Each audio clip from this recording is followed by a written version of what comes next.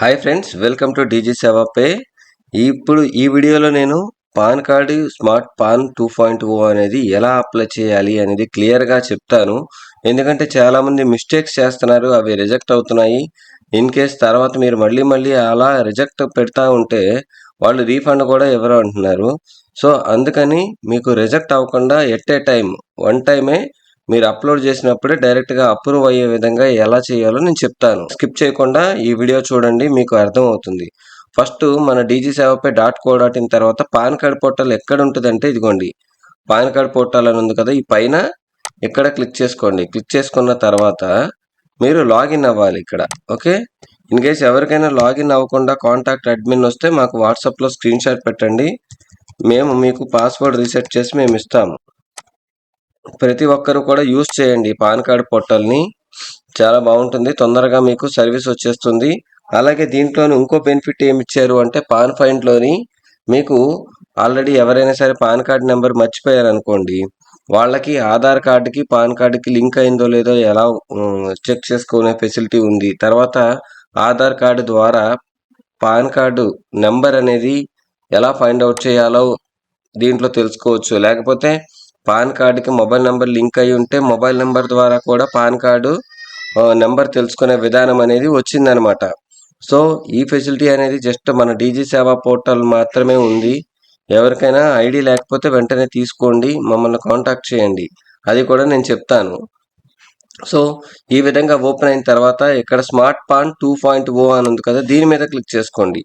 First instructions ఉన్నాయి కదా, instructions చూడండి. ఇక్కడ ఇన్స్ట్రక్షన్స్ చూసుకోండి. ఏంటంటే చూడండి, new pan card application, pan correction కూడా వచ్చింది మనకి. తర్వాత పీడిఎఫ్ ఫార్మెట్లోనే ఉండాలి. పాన్ అప్లికేషన్ ఫామ్ అంటే ఇక్కడ మీకు పాన్ ఫామ్ 93 అని ఉంది కదా, దీన్ని కూడా ప్రింట్అవుట్ తీసుకోవాలి. ఇదిగోండి, ఈ విధంగా ఉంటుంది పాన్ అప్లికేషన్ ఫాము, దీన్ని ప్రింట్అవుట్ తీసుకొని పెట్టుకోండి. ఓకేనా. తర్వాత మైనర్ పాన్ కార్డ్ కూడా అదే అప్లికేషన్ అనమాట. పాన్ కార్డు మీరు ఆ అప్లికేషన్ ఫిల్ చేసినప్పుడు బ్లాక్ పెన్ మాత్రమే వాడాలి, అన్నీ కూడా క్యాపిటల్ లెటర్స్లో రాయండి రిజెక్షన్ అవ్వకుండా ఉండాలనుకుంటే. అలాగే మీరు ఫుల్ అప్లికేషన్ అంతా కూడా ఫిల్ చేయండి. ఎగ్జాంపుల్ కూడా నేను చూపెడతాను, చూడండి, ఎగ్జాంపుల్ చూపెడతాను. ఇక్కడ డెమో పీడిఎఫ్ అని ఉంది కదా, దాని మీద క్లిక్ చేయండి మీకు కావాలంటే. ఇక్కడ ఫోటో లేదు జనరల్గా, ఇక్కడ అప్లికేషన్ ఫొటోస్ 2 తీసుకొని ఎక్కడో ఫోటో పెట్టండి. పెట్టిన తర్వాత ఇక్కడ ఫోటో మీద సంతకం, అక్రాస్ ఫోటో మీద సంతకం తీసుకోండి కస్టమర్ది. ఈ సైడ్ అక్కర్లేదు, రైట్ సైడ్ అక్కర్లే, లెఫ్ట్ సైడ్ మాత్రమే తీసుకోండి. ఇదిగోండి, బ్లాక్ ఇంక్తో first name last name fill చేసుకున్నారు. అలాగే నేమ్ యాజ్ పర్ ఆధార్, అంటే ఆధార్లో ఏదైతే నేమ్ ఉందో అదే ఎగ్జాక్ట్గా మీరు ఫిల్ చేయాలి. అంతేగాని డిఫరెంట్గా ఫిల్ చేస్తే మళ్ళీ రిజెక్ట్ అయిపోతుంది అనమాట. జెండర్ మేల్ అయితే మేలు, డేట్ ఆఫ్ బర్త్ కరెక్ట్గా పెట్టండి, ఆధార్ నెంబర్ ఈ విధంగా టైప్ చేసి పెట్టండి.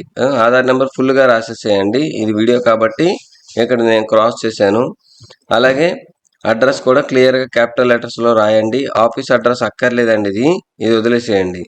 అలాగే రెసిడెంట్ స్టేటస్ రెసిడెంట్ అని పెట్టుకోండి. Passport number, tax payer number ఇవి అక్కర్లో వదిలేసేయండి. అలాగే మొబైల్ నెంబరు, ఈమెయిల్ ఐడి ఇచ్చేసేయండి. ఇచ్చిన తర్వాత సోర్స్ ఆఫ్ ఇన్కమ్ ఉంటే కనుక పెట్టేసేయండి. ఇన్ కేస్ ఇన్కమ్ లేకపోతే నో ఇన్కమ్ అని కూడా టిక్ చేసుకోవచ్చు. తర్వాత ఫాదర్స్ నేము ఇదంతా డీటెయిల్స్గా రాసేసేయండి. రాసిన తర్వాత మదర్ నేమ్ కూడా రాసేసారు. ఏవో కోడ్ అనేది మీరు పాన్ కార్డ్ అప్లై చేసినప్పుడు దాంట్లో వస్తుంది, ఆ కోడ్ ఇక్కడ వేయాలన్నమాట, ఫస్ట్ వేయడానికి రాదు. ఓకేనా. ఇక్కడ చూడండి, రిప్రజెంటేటివ్ ఎస్ఎస్సి అని ఉంది కదా, ఇది ఏంటంటే మైనర్ పాన్ కార్డుకి అయితే ఇది క్లిక్ చేయాలి, ఇక్కడ ఫిల్ చేయాలి. మైనర్ పాన్ కార్డులో వాళ్ళ ఫాదర్ కానీ మదర్ కానీ గార్డియన్ ఉంటారు కదా, వాళ్ళ డీటెయిల్స్ ఇక్కడ ఫిల్ చేయాలి. వాళ్ళ పాన్ నెంబర్ పెట్టాలి, వాళ్ళ ఆధార్ నెంబర్ పెట్టాలి, వాళ్ళ అడ్రస్ పెట్టాలి, వాళ్ళ ఫోన్ నెంబర్, వాళ్ళ ఈమెయిల్ ఐడి. ఈ దగ్గరగా ఈ 17 నుంచి 21 వరకు వాళ్ళ డీటెయిల్సే ఇవ్వాలన్నమాట.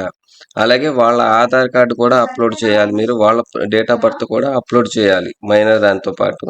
ఇంకెక్కడ సంతకం. సో ఈ కింద చూస్తే ఈ ఆధార్ కార్డు, అలాగే ఇక్కడ కస్టమర్ ఉంటే కనుక మేజర్ అయితే వాళ్ళ సంతకం పెట్టాలి. ఇక్కడ వాళ్ళ ఫోన్ నెంబర్ కూడా వేసేసేయండి. అలాగే వాళ్ళ proof of date of birth, ఇక్కడ డేట్ ఆఫ్ బర్త్ సర్టిఫికెట్ కానీ పెట్టచ్చు, లేకపోతే ఆయుష్మాన్ భారత్ అది ఉంటే అది పెట్టచ్చు, లేకపోతే 10th క్లాస్ మార్క్ లిస్ట్ పెట్టచ్చు, వాళ్ళ సంతకం. అలాగే మైనర్ అయితే ఎవరైతే వాళ్ళ ఫాదర్ మదర్ ఉంటారో వాళ్ళ ఆధార్ కార్డు వాళ్ళ ప్రూఫ్ కూడా కింద అటాచ్ చేసేయాలి. ఇవన్నీ కూడా సేమ్ సింగిల్ పీడిఎఫ్లో ఉన్నాయి చూడండి. ఒకే పీడిఎఫ్లో అప్లోడ్ చేసేయాలన్నమాట. అప్లోడ్ చేసి సబ్మిట్ చేయాలి. సబ్మిట్ చేసిన తర్వాత మీకు పాన్ కార్డ్ అనేది వస్తుంది. ఇదిగోండి ఇక్కడికి వెళ్ళండి. ఇప్పుడు ఎలా అప్లై చేయాలంటే ఇక్కడ అప్లై పాన్ అని ఉంది కదా, దాని మీద క్లిక్ చేసుకోండి. ఇలా క్లిక్ చేసుకున్న తర్వాత ఈ విధంగా ఇక్కడ ఇండివిజువల్లో మైనరా అని అడుగుద్ది. సో ఇండివిజువల్ అయితే ఇండివిజువల్ సెలెక్ట్ చేసుకోండి. ఫస్ట్ నేమ్ ఆధార్లో ఏదైతే ఉందో ఫస్ట్ నేము అదే ఇవ్వాలి. తర్వాత లాస్ట్ నేమ్ ఇంటి పేరు అయితే ఇవ్వండి.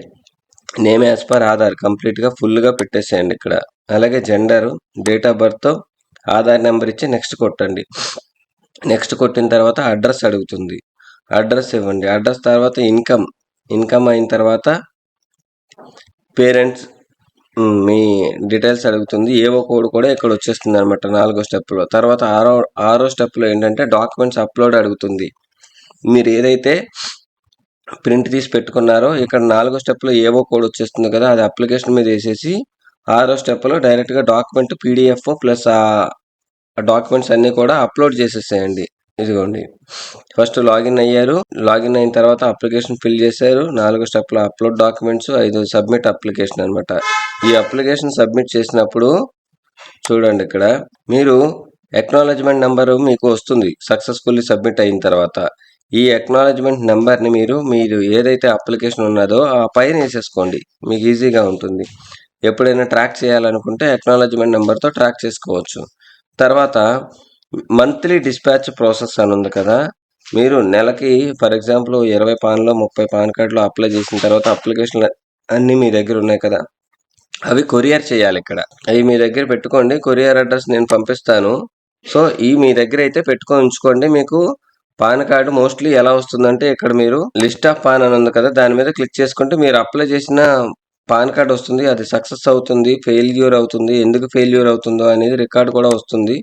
అక్కడ కూడా మీరు చూసుకోవచ్చు. ఫర్ ఎగ్జాంపుల్ ఇవి మా దగ్గర అప్లై చేసిన పాన్ కార్డ్స్ అనమాట. నేను దీంట్లో అప్రూవ్ అయినాయి, రిజెక్ట్ అయినాయి చూపెడతాను చూడండి. ఇవి నేను అప్లై చేశారండి. ఈ 2 పెండింగ్లో ఉన్నాయి. ఇది రిజెక్ట్ అయింది. ఎవరిదో ఎందుకు రిజెక్ట్ అయిందంటే చూడండి ఇక్కడ సింగిల్ ఫోటో ఇన్ ఫ్రమ్ అంటే జస్ట్ సింగిల్ ఫోటో మాత్రమే అప్లోడ్ చేశారు కానీ అప్లికేషన్ అంతా అప్లోడ్ చేయలే. అందుకే ఇది రిజెక్ట్ అయిపోయింది అనమాట. ఇవి ఎందుకు రిజెక్ట్ అయినాయో చూడండి. Form not upload also POI ఫామే అప్లోడ్ చేయలేదు వీళ్ళు, అందుకే రిజెక్ట్ అయిపోయింది ఇది. ఓకేనా. ఇలా రిజెక్ట్ అయిన తర్వాత మళ్ళీ మీకు రీఫండ్ రావాలంటే తర్వాత కష్టం. ఇదిగోండి name miss match as per document అనమాట. ఇక్కడ చూడండి ఈయన కస్టమర్ జశ్వంత్ రెడ్డి అనే ఆధార్లో ఉంది. బట్ నేమ్లో ఏమంటర్ చేశాడు, జశ్వంత్ రెడ్డి వినాయక్ రెడ్డి గోనూరు అని చెప్పేసి అప్లై చేశారు. సో ఇది నేమ్ మిస్ మ్యాచ్ కాబట్టి ఇలా కూడా వద్దు. ఓన్లీ ఆధార్ ప్రకారమే వీళ్ళ అప్రూవల్ అయింది. ఎందుకంటే ఇదిగోండి దల్లి నేతాజీ అని కరెక్ట్గా నేమ్స్ ఇచ్చారు. అలాగే అడ్మిన్ రిమార్క్, ఇది పాన్ కార్డ్ ప్రాసెస్ అయిపోయింది. చూడండి ఇక్కడ మైనర్ పాన్ కార్డ్ అప్రూవ్ అయిపోయింది. వాళ్ళకి పాన్ కార్డ్ నెంబర్ కూడా నెక్స్ట్ డే వచ్చేస్తుంది. అలాగే ఇండివిజువల్ పాన్స్ అప్లై చేశారు, నెక్స్ట్ డే వాళ్ళకి వచ్చేస్తాయి అనమాట ఇవన్నీ కూడా. సో ఈ విధంగా చేసుకోవాలండి. Courier details not mandatory. Present అయితే దాని గురించి వరీ అవ్వక్కర్లేదు, మేము తర్వాత ఎప్పుడో డీటెయిల్స్ ఇస్తాము. అవన్నీ అప్లై చేసిన తర్వాత అప్లికేషన్స్ అన్ని మీ దగ్గర పెట్టుకోండి చాలు. సో ఎవరికైనా సరే ఏదైనా డౌట్స్ ఉంటే కనుక నేను స్క్రీన్ మీద నెంబర్ పెడతానండి, ఆ నెంబర్కి మెసేజ్ చేయండి. అలాగే ఎవరైనా సరే రిటైలర్ ఐడి తీసుకొని ఇప్పటి వరకు స్టార్ట్ చేయలేకపోతే వెంటనే మీరు స్టార్ట్ చేయండి. మనకి ఇంకా రిటైలర్ ఐడిలో కొత్త సర్వీస్ ఒకటి యాడ్ అవుతుంది ఈ మంత్ నుంచి. ఏంటి అంటే ఫోన్పే ద్వారా ఎవరైనా సరే మీకు స్కాన్ చేస్తే డైరెక్ట్గా ఆ అమౌంట్ కూడా మీ వ్యాలెట్లోకి యాడ్ అయిపోతుంది, డీజీ సేవ వ్యాలెట్లోకి. దాని మీద కూడా మీకు 10 రూపాయల కమిషన్ అనేది రావడం జరుగుతుంది. ఈ స్కీమ్ ఎక్కడా లేదు, మన డీజీ సేవ పేలోనే ఫస్ట్ టైం లాంచ్ చేస్తున్నాము. ఇప్పుడు వరకు ఎవరైనా బ్యాంక్ ఆఫ్ బరోడా, తెలంగాణ గ్రామీణ బ్యాంకు, రిమైనింగ్ బ్యాంక్స్ కానీ ఫింగర్ ప్రింట్స్ కానీ పడకపోతే ఈ ఫోన్పే ఆప్షన్ అనేది యూజ్ చేసుకోండి. సిటీలో వాళ్ళకు కూడా ఎంతో ఉపయోగపడుతుంది. ఈ పాన్ పాయింట్ 2.0 క్లిక్ చేసుకున్న తర్వాత ఫస్ట్ మీకు అమౌంట్లు అయితే డిడక్ట్ అవుతాయండి.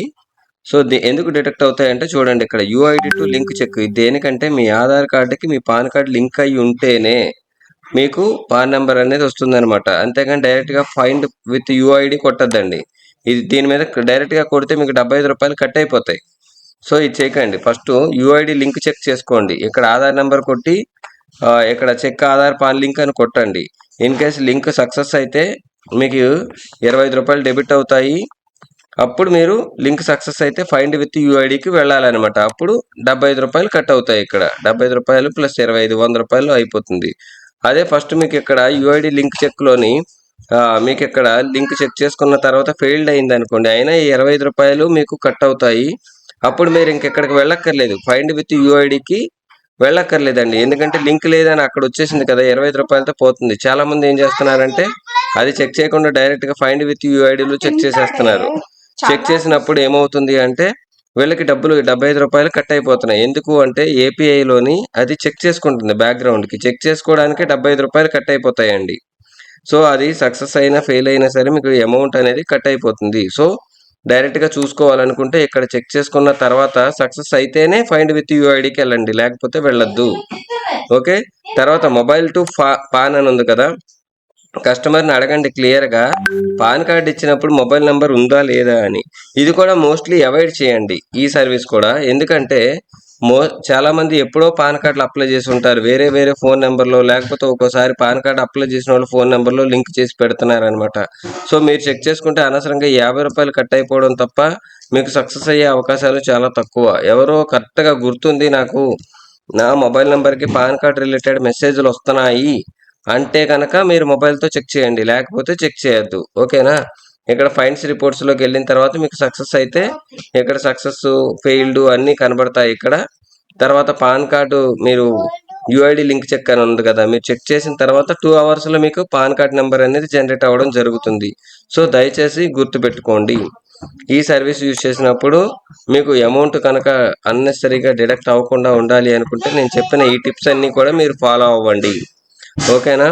మరి కొత్త రిటైలర్ ఐడి కావాలనుకుంటే వెంటనే మమ్మల్ని కాంటాక్ట్ చేయండి. అలాగే ఈ వీడియో అనేది లైక్ చేయండి అందరూ. మీకు ఏదైనా డౌట్ వస్తే కామెంట్లో నాకు పెట్టండి, నేను వెంటనే రిప్లై ఇస్తానన్నమాట. Okay, thank you.